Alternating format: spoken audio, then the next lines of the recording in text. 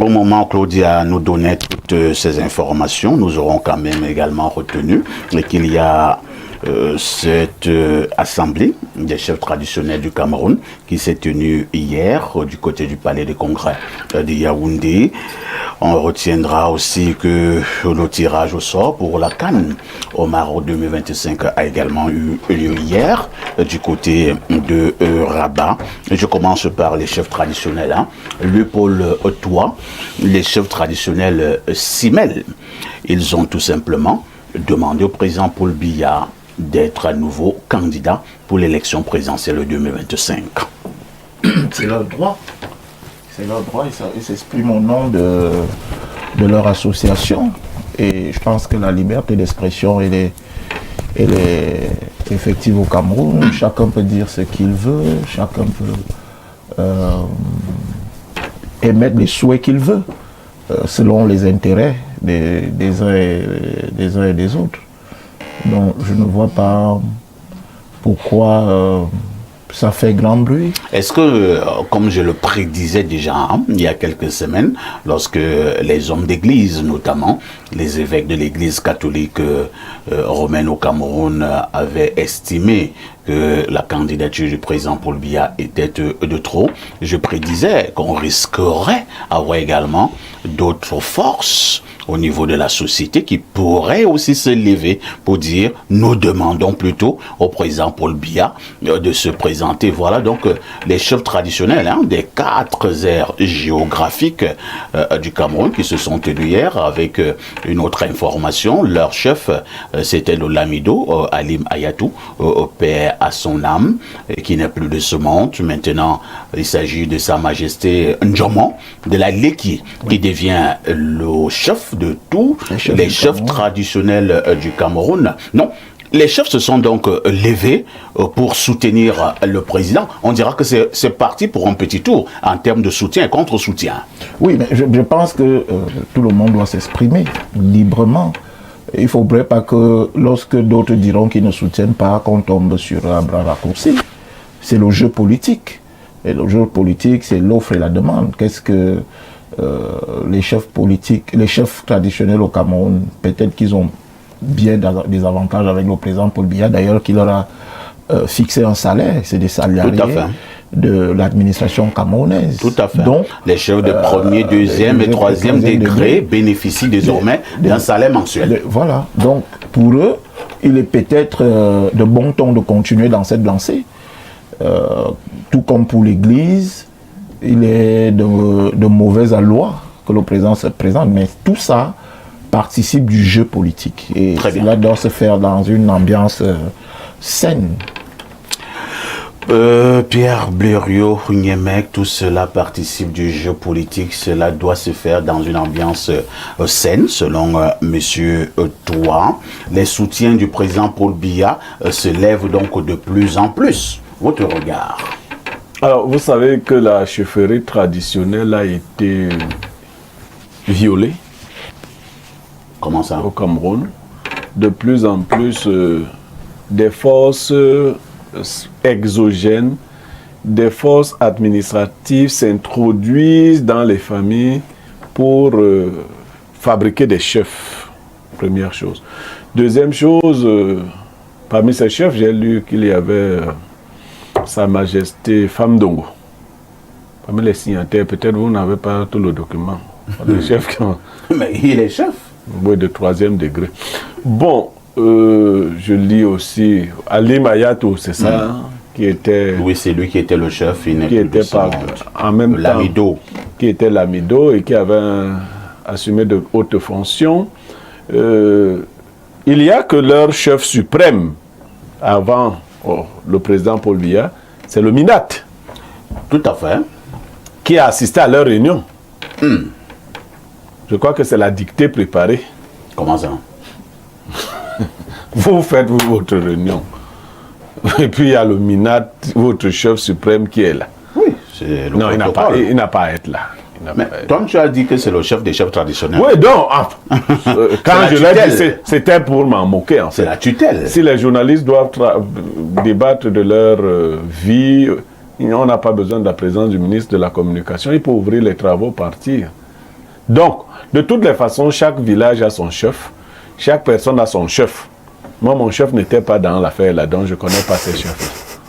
Moi, j'ai mon chef. Il faudrait te dire qu'il y avait une centaine de chefs. Mais j'ai dit, le mien n'était pas là. Mais si le tien n'était pas là, c'est même dangereux. Si j'apprends même qu'il était là, nous déclenchons une procédure pour... Laquelle? Non, qu'il aille d'abord. Donc, vous menacez votre chef. Est-ce que mon chef peut même venir comme ça? Mon chef, lui, donc, pour que le chef vienne au travail, on doit avoir ton avis. Non, notre chef a hérité d'une vraie chefferie. Et les autres qui étaient là, ce sont des fausses chefferies. En général, un vrai chef se déplace avec l'assentiment de sa population. Il a l'onction de son peuple. On a ici des gens qui montrent ce que la chefferie traditionnelle est en train de devenir. La chefferie traditionnelle ne devrait pas... Vous savez que dans beaucoup de villages, des bureaux de vote sont au niveau de la chefferie, non? Vous savez qu'il y a des bureaux de vote à la chefferie.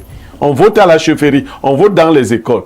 Une fois que le chef, parce qu'il faudrait encore que les gens qui maîtrisent le droit, une fois que le chef, qui reçoit très souvent des bureaux de vote, lui, il se prononce comme étant en faveur de tel ou de tel candidat. Où est sa crédibilité pour la suite du processus? Pierre Blaireau, là n'est pas le débat. Hein. Le débat est où? Le débat est au niveau que les évêques de l'église catholique romaine se sont levés, ou alors certains, il y a quelques semaines, pour dire que le président Paul Biya ne devrait plus être candidat. C'est pour cela que lui s'est choisi les chefs qui devaient répondre aux évêques. Les chefs traditionnels aussi se sont levés. Une centaine ton de chefs. Ton chef s'est levé, ton chef. Je disais donc que les chefs se sont levés pour dire qu'ils soutiennent la candidature du président. Pour toi, c'est pas ça le débat. Je te réponds donc que c'est le problème. Toi, ton chef s'est levé. Ton chef est parmi les chefs là. D'ailleurs, mon chef est actuellement il était président. Voilà. C'est ton chef. Donc, Sa Majesté Guy Tchalandiomon. Voilà, ok. Donc, c'est le chef des chefs. Mais maintenant, c'est pas là. Moi, mon chef n'est pas là. C'est pas là où se situe le débat. Le débat est où? Le débat se situe au niveau où des organisations. L'Église catholique, c'est une organisation. Tout à fait. Tout le monde n'est pas catholique. Au Cameroun, vous avez des musulmans, vous avez des athées, vous avez les bouddhistes. Maintenant, les catholiques, c'est-à-dire le patron de l'Église catholique, qui sont réunis en conclave, je crois, ils ont dit, bon, on n'en veut plus.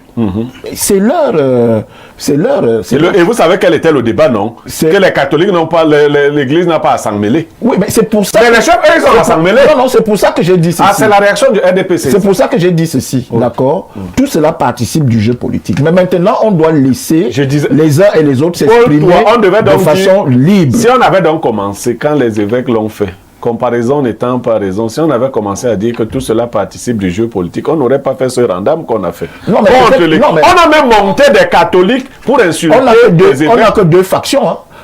Demain, peut-être c'est la faction des transporteurs routiers qui diront on n'en veut pas. C'est pour ça que nous disons au ministre, d'être le plus républicain. J'espère que les mêmes pontes qui ont écrit contre les évêques vont écrire contre les chefs. Merci, merci Pierre Blaireau.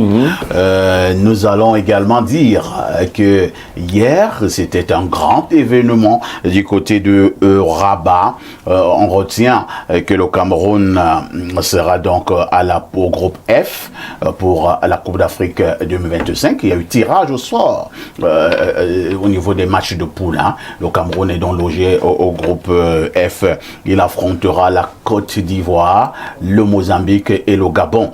Ah ben oui, affiche de rêve, affiche exceptionnelle, vous savez, à chaque fois que le Cameroun rencontre la Côte d'Ivoire, c'est véritablement épique. Je vais d'abord vous proposer de suivre une réaction de Marc Brice, le sélectionneur des Lions Indomptables, quelques minutes après le tirage au sort. C'était hier à Rabat, au Maroc. On hérite quand même du pays tenant du titre, de la Côte d'Ivoire. C'est quand même un challenge assez excitant comme challenge. Surtout, il y a une histoire contre deux pays, alors je suis au courant de ça, mais On n'a pas peur de rien. On n'a pas peur d'Eto, on n'a pas peur de Côte d'Ivoire non plus. Alors, la seule chose, on doit la concentration est de nous-mêmes et de pas de l'adversaire. Alors, bien sûr, ils ont gagné le dernier camp, Côte d'Ivoire, mais on n'a pas peur. J'ai envie de rire, hein, parce que là, je ne comprends rien. Non, mais pourquoi parfait. Oui. Pourquoi est-ce que vous ne comprenez pas? Vous savez que Eto'o est assis sur 2 fesses. Oui. Il a la famille en Côte d'Ivoire et il est camerounais. Sa femme est ivoirienne. Donc pour lui, le match Cameroun-Côte d'Ivoire, c'est un match difficile. Ah bon? Oui, c'est un match extrêmement Toi, c'est quoi ça comme ça? Non, c'est ça. Est-ce que nous parlons de la même chose? Oui, nous parlons de la même chose. Parlons pas la même chose. Pourquoi est-ce que vous voulez jeter le sélectionneur au chien? Non, parce que Léopold, on se calme, on va doucement, on est méthodique. Oui, on a posé une question à Marc Brice sur la rencontre Cameroun-Côte d'Ivoire et comment justement a dit qu'il a appris que ce sont, donc je le paraphrase, hein, que ce sont des rencontres qui ont plusieurs histoires ici de suite. Oui. Il est conscient de cela, il a appris et il continue en disant qu'il n'a pas peur d'Eto, il n'a pas peur de la Côte d'Ivoire. C'est-à-dire qu'il n'a pas peur de la, il n'a pas peur de la belle famille. Il y a la belle famille là-bas. Où est le lien avec la belle famille d'Eto? C'est très important. C'est très important, parfait. Pourquoi? Mais vous voulez nous embrouiller là sur le plateau? Non, je ne vous embrouille pas. Bon, moi, je vais passer la parole à Ibrahim. Ibrahim. Je prends la réaction à chaud. Est-ce que vous comprenez cette réaction de Marc Brice qui est appelé à s'exprimer sur la rencontre Cameroun-Côte d'Ivoire au niveau de cette Coupe d'Afrique à venir? Et lui nous dit que lui n'a pas peur d'Eto. Parfois ici, je crois que Eto'o c'est une icône emblématique pour le continent africain et que quand lui il pense au Cameroun, il pense d'abord à Eto'o. Autrement, Eto'o ne serait pas sorti de sa bouche. La question était claire. Il y a le match Cameroun, il y a la Côte d'Ivoire. Comment est-ce que vous voyez les choses? Il parle d'Eto'o et il parle de la Côte d'Ivoire. Ça veut dire qu'Eto'o lui seul en fait représente tout le Cameroun et que peut-être ce qu'il fait, moi je ne sais pas. Mais en tout cas, c'est un signe. Parfois ici, on dit souvent qu'il n'y a pas de fumée sans feu, il n'y a pas de feu sans fumée ou il n'y a pas de fumée sans feu. C'est-à-dire que si aujourd'hui on te pose une question simple et tu attaques ouvertement, de façon inappropriée, le président de la FECAFOOT, ça veut dire parfois ici qu'il peut y avoir de potentielles tensions dans l'air. Autrement, je ne vois pas pourquoi il se serait engagé sur ce sentier-là. Très bien. On passe la parole à Pierre Blériot. Hein. Pierre Blériot, quand moi j'ai suivi cette interview, je me suis posé 1001 questions. Je n'ai rien compris.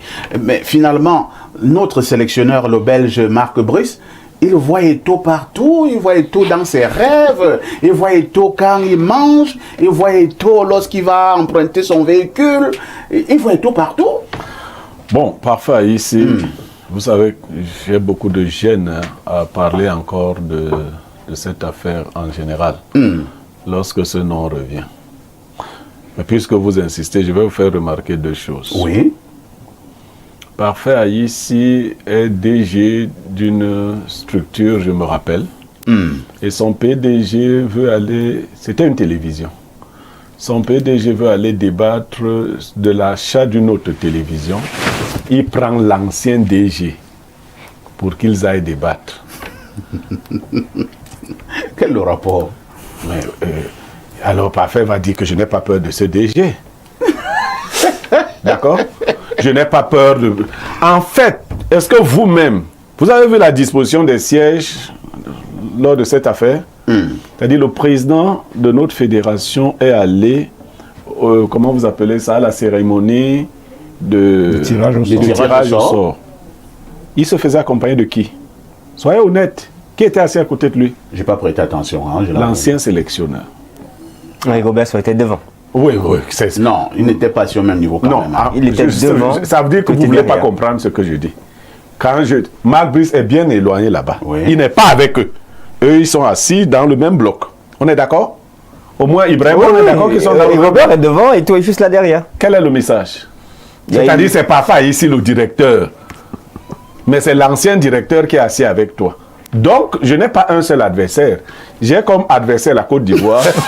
J'ai aussi comme adversaire toi. Si je n'ai pas peur de toi, je n'ai pas peur de toi. Mais Blériot... Mais tu as donné ton explication, hein? Je ne sais pas. Mais Eto'o devrait même être ivoirien aussi. Peut-être même qu'il l'est. Donc moi, quand on épouse une femme quelque part, je te dis que je te réponds directement parce que Marc Brice comprend par ce dispositif que nos querelles ne sont pas restées au pays. Parce que là, vous voyez seulement, je n'ai pas peur de tel. Nos querelles ne sont pas... Tu parlais de la collaboration ici, non, pas fait. On va en parler maintenant. Tu serais content, toi, DG d'Info TV, tu l'as été, d'arriver avec le PDG 20 quelque part dans une cérémonie. Tu trouves qu'il est assis plutôt de son côté avec l'ancien DG et que toi tu es assis de... Tu vas dire, je n'ai pas peur de me je n'ai pas peur de...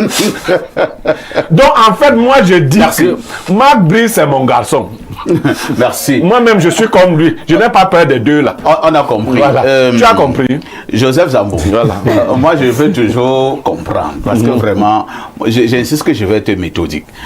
Il paraît que les gens ont des troubles comme ça, hein, des troubles de mémoire, des troubles psychiques. Ça peut arriver, hein. C'est-à-dire qu'on... on te pose la question sur la médecine, tu parles du restaurant. Tu commences à parler de la mécanique. Voilà.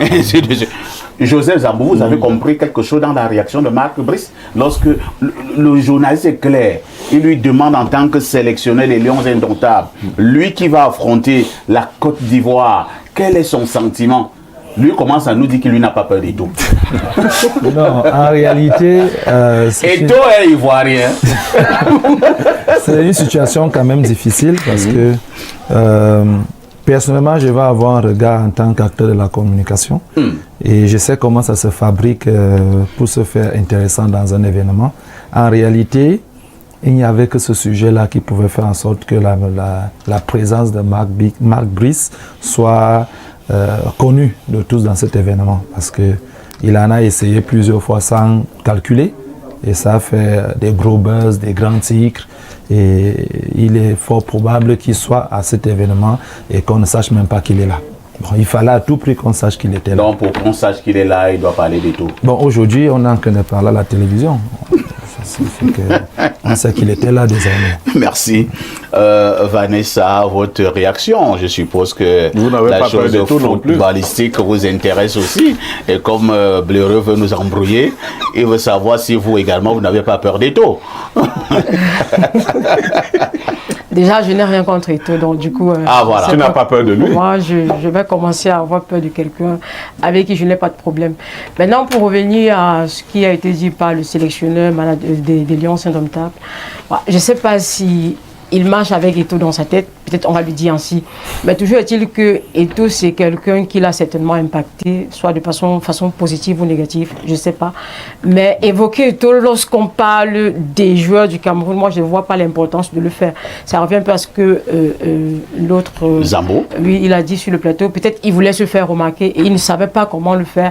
Et voilà, il a utilisé le nom d'Eto. Est-ce que Marc Brice a été traumatisé par Eto? Traumatisé, certainement. Parce que Eto a failli le bastonner avec les mains. Qui allait gagner?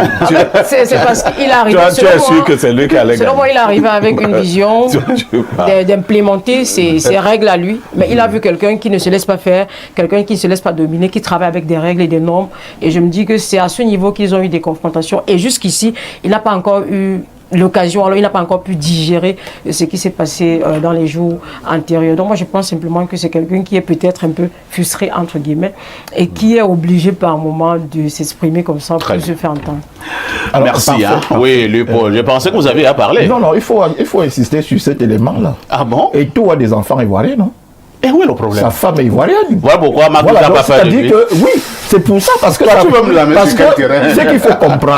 ce qu'il faut comprendre, d'accord, je vous ai dit, Eto est divisé entre le Cameroun et la Côte d'Ivoire. C'est la question qu'on a posée à Marc Brice. Parce que ça sera difficile pour lui. Ça sera très... Est-ce que le journaliste a voulu savoir si Marc Brice sera divisé entre l'Alliance Eto et la Côte d'Ivoire? Marc Brice, lui, il est belge. D'accord. Mais imaginez que lors du match Cameroun-Côte d'Ivoire, la femme d'Eto et les enfants d'Eto supportent la Côte d'Ivoire. Ils vont les sceller. Parfait. Bon, maintenant, il ne faut pas nous embrouiller. Je voudrais quand même... oui, terminons rapidement. Je voudrais ouvrir deux autres brèches. Je connais le journaliste qui a mené l'interview. Oui. C'est un petit frère qui est très tonitruant. Il est possible qu'il ait coupé l'interview et qu'il ait fait des raccordements. C'est-à-dire qu'il ait posé une question avant qu'il n'a pas laissé apparaître, relative à Eto'o. C'est Ikul qui a mené cette interview. Il faudrait le savoir, première chose. Et il savait qu'il a été invité par des moyens... Deuxième chose, Marc Brice parle un français un peu bizarre. Il est possible qu'il n'ait pas dit Eto'o, même si nous on a suivi Eto'o. Parce qu'il dit, je n'ai peur, écoutez bien, il dit, je n'ai peur de rien. Je n'ai pas peur du tout. Si vous voulez dire avec le français... Non, on reprend la vidéo. Remettons la vidéo. Non, écoutez, on remet la vidéo, on revient sur le plateau. On va même faire l'étude phonétique. Oui, bien. Et ainsi de suite. Vous êtes libre de remettre, sauf que, je vous dis, le français de Marc Brice... Non, attendez, il faudrait qu'on se comprenne. Il est clair que Marc Brice n'a pas peur d'Eto'o. Ça, il le lui avait dit lui-même. Donc, c'est pas comme si je le dis là maintenant, ou si on le dit même. Je dis simplement qu'il peut avoir à la fois une manipulation de la part de celui qui a posé les questions. Mais il peut aussi être, ça peut aussi être un problème de prononciation. Vous savez, récemment, on avait un panéliste ici. Je vous prends rapidement cet exemple. Le pasteur, il a dit qu'il a causé avec un pasteur, qui lui a dit que avec un commissaire qui lui a dit que les Bassa ne s'aiment pas. Quand le pasteur l'a donné, c'est un pasteur, c'est un Bassa en même temps. Il a dit Baïha. Il aime wattiser quand il parle même le Bassa. Il a dit Baïha. Certains Bassa ont entendu qu'il a dit Baya. Or, il y a un commissaire Baïha. Il y a un commissaire divisionnaire SG de la police Baya. Il n'a pas dit Baya. Il a dit Baya. Mais je vous assure, dans les forats Bassa, on dit qu'il a dit Baya, alors qu'il a dit Baïha. Merci. Hein. Suivons quand même encore l'élément. Suivant. Quand même du pays tenant du titre de la Côte d'Ivoire. C'est un challenge assez excitant comme challenge. Voilà, surtout il y a une histoire contre deux pays, alors je suis au courant de ça, mais on n'a pas peur de rien, on n'a pas peur d'Eto'o, on n'a pas peur de Côte d'Ivoire non plus. Alors la seule chose, on doit la concentration est de nous-mêmes et de pas de l'adversaire. Alors, bien sûr. Blériot, tu m'as parlé de problème de politique. C'est tout. De toutes les façons, c'est ce qu'il fallait dire concernant l'actu presse. À tout de suite pour la suite.